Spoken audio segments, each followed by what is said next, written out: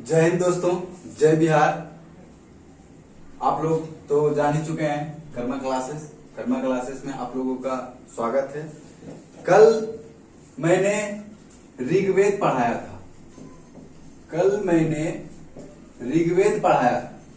और ऋग्वेद में जितने भी टॉपिक्स दिए उससे ज्यादा बाहर से ज्यादा क्वेश्चन आने वाला है नहीं, क्योंकि जितना था वो सफिशिएंट था एग्जाम के दृष्टिकोण से। ऐसे तो पढ़ने को बहुत सारी चीजें हैं, लेकिन पढ़ना वही है जो हमारे एग्जाम के दृष्टिकोण से इम्पोर्टेंट है।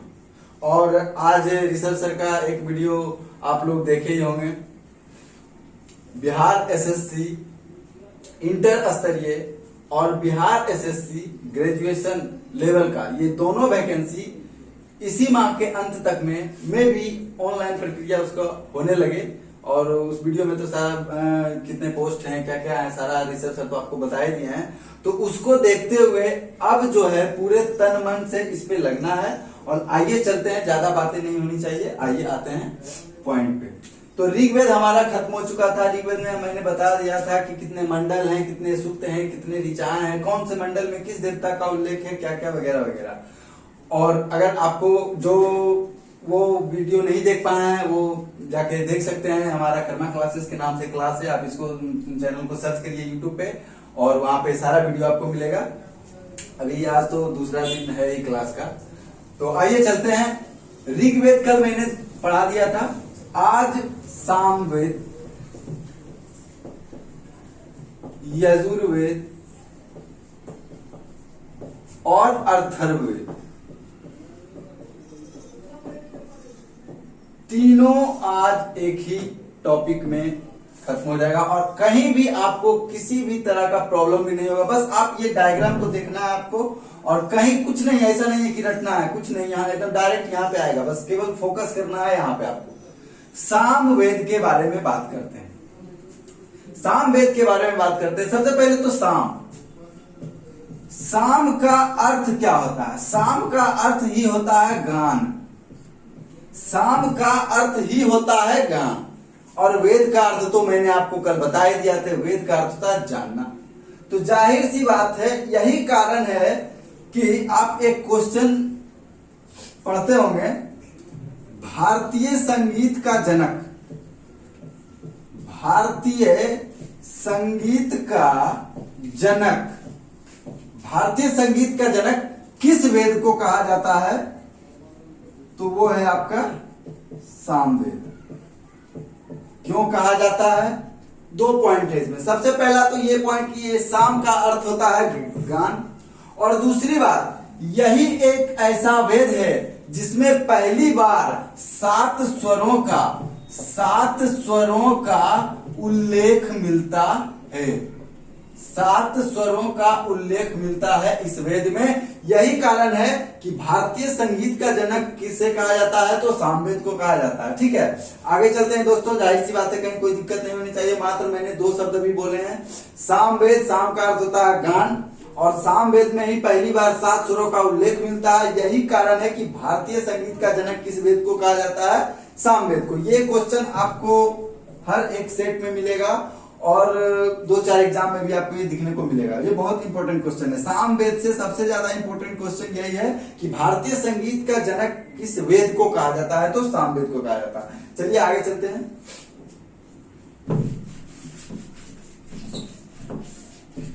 दूसरी बात दोस्तों, कल मैंने कहा ऋग्वेद किसे कहते हैं, उसके बाद मैंने कहा ऋग्वेद के पढ़ने वाले ऋषियों को किसे कहते हैं। तो इसे भी पढ़ने वाले कुछ ऋषि थे जिन्हें क्या कहा जाता था, आइए उसके बारे में जानते हैं। तो सामवेद के पाठककर्ता को किस नाम से जाना जाता था? उदात्री। उसे क्या कहा जाता था? उदात्री। ठीक है, सामवेद के पाठककर्ता को क्या कहते थे? उदात्री कहते थे।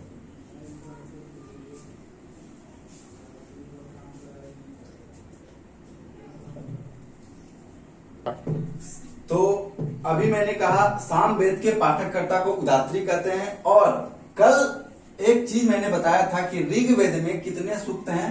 तो 1028 सूक्त हैं।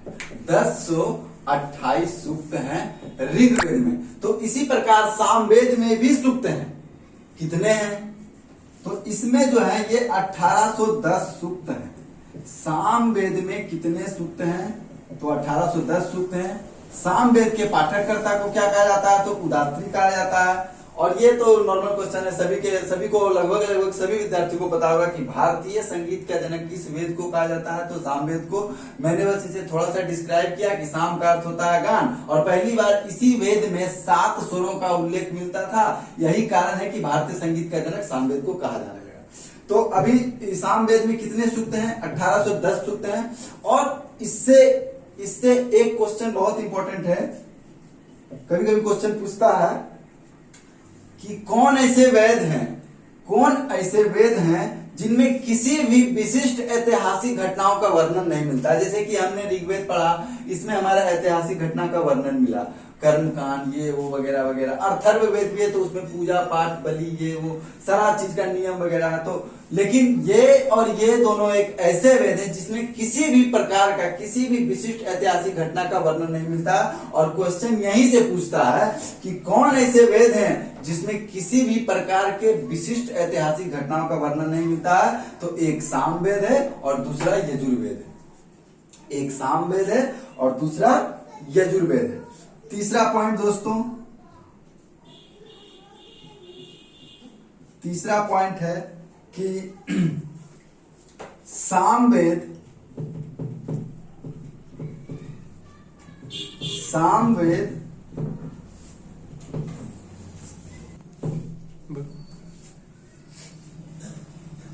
एक क्वेश्चन और यहां पे बनता है कि सामवेद का उपवेद क्या है? उपवेद, यहां से एक नया क्वेश्चन बनता है। शायद में भी आपके एग्जाम में आ जाए, तो ऐसा नहीं है कि घबराइएगा, बस थोड़ा सा दिमाग लगाइएगा, क्वेश्चन वहां पे सॉल्व हो जाएगा। सामवेद का उपवेद क्या है? तो गंधर्व वेद। गंधर्व वेद जो है ये सामवेद का उपवेद है। सामवेद का उपवेद कौन सा है? तो गंधर्व वेद है। सामवेद से इससे ज्यादा क्वेश्चन नहीं आएगा। सबसे ज्यादा मोस्ट इंपोर्टेंट तो वही है कि भारतीय संगीत का जनक किस वेद को कहा जाता है? तो सामवेद को कहा जाता है। बस इससे एक ही क्वेश्चन इंपॉर्टेंट है और ज्यादा से ज्यादा ये पूछता है। लेकिन अब थोड़ा सा पैटर्न घुमा है, तो मैं भी आपसे पूछ दे कि सामवेद में सूक्तों की संख्या कितनी है? क्योंकि ऋग्वेद के बारे में तो सब कोई जानते हैं 1028 सूक्त है, लेकिन सामवेद के बारे में बहुत कम बच्चे जानते होंगे कि कितने सूक्त हैं। तो यही इसी दृष्टिकोण से मैंने सोचा कि ये आप लोगों तक मैं पहुंचाऊं, ताकि मैं भी अगर आपके एग्जाम में या आपके सेट में ये क्वेश्चन मिले तो आप बेझिझक उसे आंसर करें।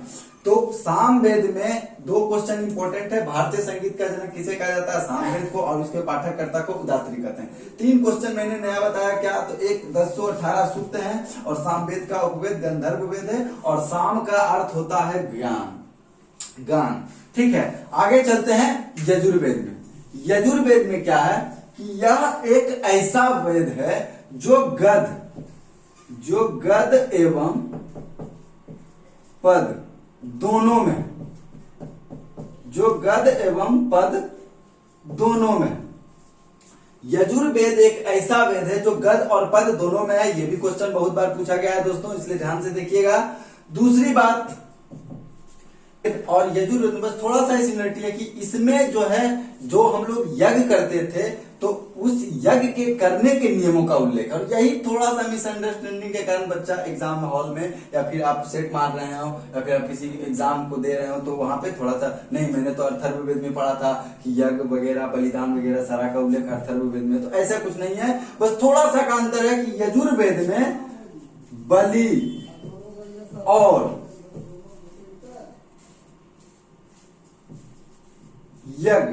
बलि और यज्ञ करवाने का जो नियम है, बलि और यज्ञ करवाने का नियम का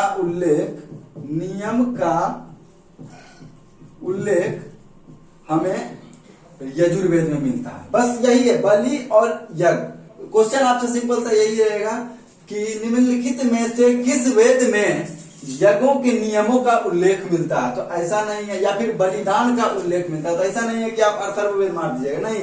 ये 2 बस, और यही रहेगा पेपर, इससे ज्यादा ना इधर रहेगा ना उधर रहेगा, एकदम जो है वही रहेगा, बलि और यज्ञ। ये उसके बाद दोस्तों इसमें एक और क्वेश्चन है जो कि बार बार पूछा जाता है। जैसे सामवेद के पाठककर्ता को उदात्री कहते थे, उसी तरह यजुर्वेद के भी पाठककर्ता को क्या कहते थे? मैं थोड़ा सा शॉर्ट में लिख रहा हूं दोस्तों, आप चाहिएगा तो आप अपने घर में नोट्स बनाइएगा बढ़िया से लिख के।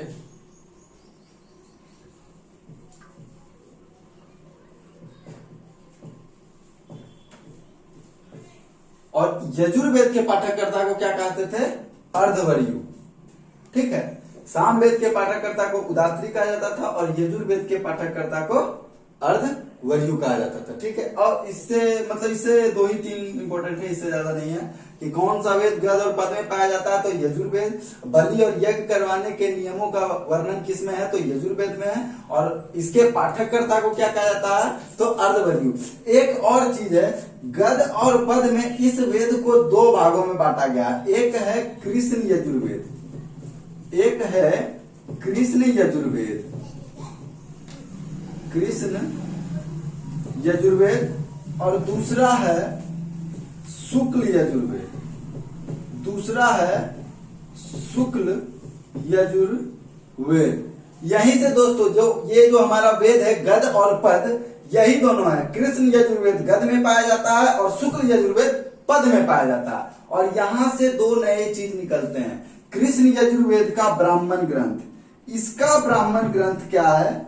इसका ब्राह्मण ग्रंथ क्या है? तो तैतरेयी, आप लोग नाम सुने होंगे, तैतरेयी।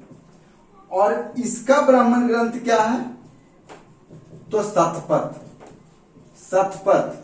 एक क्वेश्चन पूछता है कि वैदिक साहित्य में ऋग्वेद के बाद किसका स्थान आता है? तो ये शतपथ ब्राह्मण का आता है। बस मेरा यही पॉइंट बताने के व्यू से ये 2 लाइन ज्यादा लंबा करना पड़ा। ये इंपॉर्टेंट है कि वैदिक साहित्य में ऋग्वेद के बाद किसका स्थान आता है? तो शतपथ ब्राह्मण का आता है। ठीक है, और पहली बार कृषि और सिंचाई का उल्लेख किसमें मिलता है?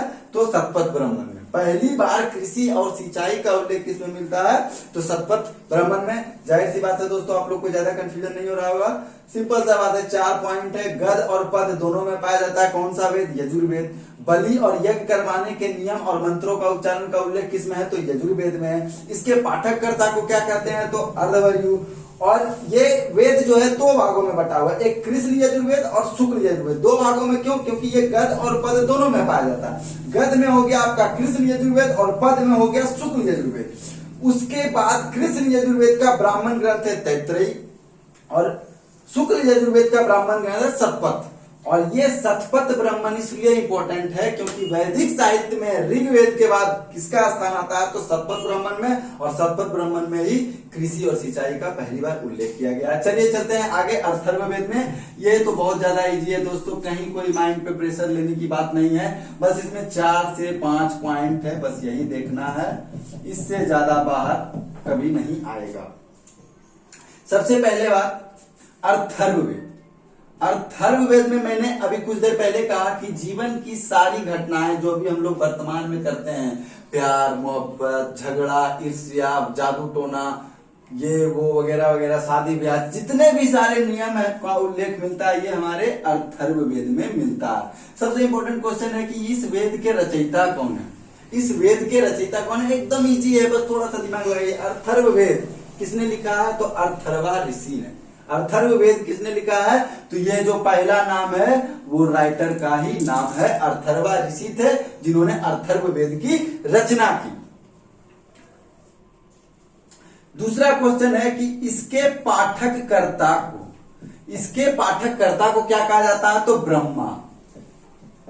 आप लोग सिर्फ ऋग्वेद, सामवेद, यजुर्वेद तक ही जानते होंगे कि ऋग्वेद के पाठककर्ता को होत्री, यजुर्वेद के अर्धवर्यु, सामवेद के उदात्री। आज ये भी जान जाइए दोस्तों, क्योंकि एग्जामिनर का कहीं कुछ नहीं है, कुछ भी पूछ सकता है, वो आपको पढ़ना है क्योंकि आपको पेपर देना है। वो पेपर लेंगे, पेपर आपको देना है, तो आपको पेपर देना है तो जाहिर सी बात है आपको एकदम टॉपिक तो पढ़ना ही पड़ेगा। और तो इसके अथर्ववेद के पाठककर्ता को क्या कहते हैं? ब्रह्मा कहते हैं। ठीक है, उसके बाद पहली बार चांदी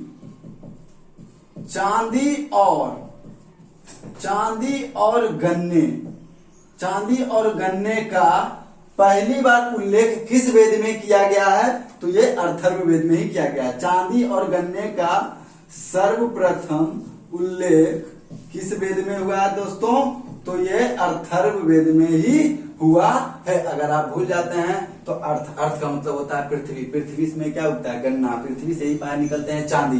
तो चांदी और गन्ने का सर्वप्रथम उल्लेख किस वेद में मिलेगा? अगर मैं भी आप भूल गए तो सिंपल सा बात है, चांदी और गन्ने कहां से निकलते हैं? तो अर्थ से निकलते हैं। अर्थ का हिंदी में मीनिंग क्या होता है? पृथ्वी। पृथ्वी से ही तो सारे चीज निकलते हैं। तो चांदी और गन्ने का सर्वप्रथम उल्लेख किस वेद में मिलेगा? तो अर्थर्ववेद में मिलेगा। सबसे मेन इंपॉर्टेंट क्वेश्चन यह है कि किस वेद में सभा एवं समिति को प्रजापति की दो पुत्रियां कहा गया? किस वेद में? ये बहुत इंपॉर्टेंट क्वेश्चन है दोस्तों। रेलवे ग्रुप डी आप ले लीजिए, बिहार एसआई का पेपर ले लीजिए, बीएसएससी ले लीजिए 2014 वाला प्री, आपको कहीं ना कहीं ये क्वेश्चन दिखेगा कि किस वेद में सभा एवं समिति को प्रजापति की दो पुत्रियां कहा गया है? तो ये है हमारा अर्थर्ववेद। और एक और इंपॉर्टेंट क्वेश्चन है कि गोत्र नामक शब्द का उल्लेख, गोत्र नामक शब्द का जन्म, जो हम लोग पंडित जी जब आते हैं आपके घर में, हमारे घर में भी आते हैं, तो क्या पूछते हैं किस गोत्र के हो? तो ये जो गोत्र नाम का ये जो उच्चारण हुआ था, ये जो पहली बार जो शब्द का प्रयोग हुआ था वो अर्थर्ववेद में हुआ था। तो गोत्र नामक शब्द का उल्लेख, गोत्र नामक शब्द का उल्लेख पहली बार किस वेद में किया गया? किस वेद में किया गया? पहली बार किस वेद में किया गया?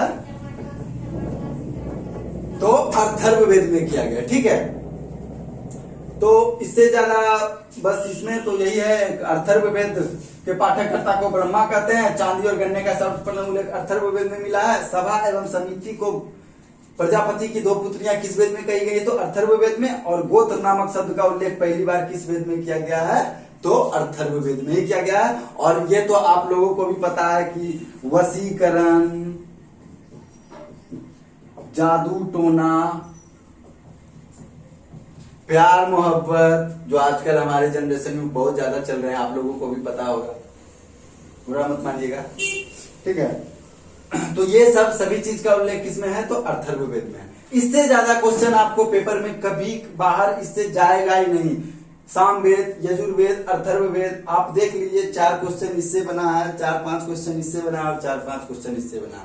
अगर इतने ऋग्वेद से लेके अर्थर्ववेद तक में आपसे अगर इससे 2 क्वेश्चन आ रहा तो क्या आप 10 क्वेश्चन को पढ़ नहीं सकते हैं? बस ऊपर रटना नहीं है, बस केवल देखना है। आप देख के आपको एकदम डायरेक्ट यहाँ पे आ जाएगा, अगर आप सही से फोकस करके आप यहाँ पे अगर आप अपना 100% दीजिएगा तो। ठीक है, और एक बात और, अगर आपको लगे इस वीडियो में कहीं कुछ और मतलब देना है तो आप कमेंट बॉक्स में आके कमेंट कर सकते हैं। और वीडियो पसंद आए दोस्तों तो लाइक करें, शेयर करें, सब्सक्राइब करें और बेल आइकन को दबाना ना भूलें। और बाकी की क्लास आगे फिर इसी टाइम में आपको आएगी। जय हिंद दोस्तों, जय बिहार।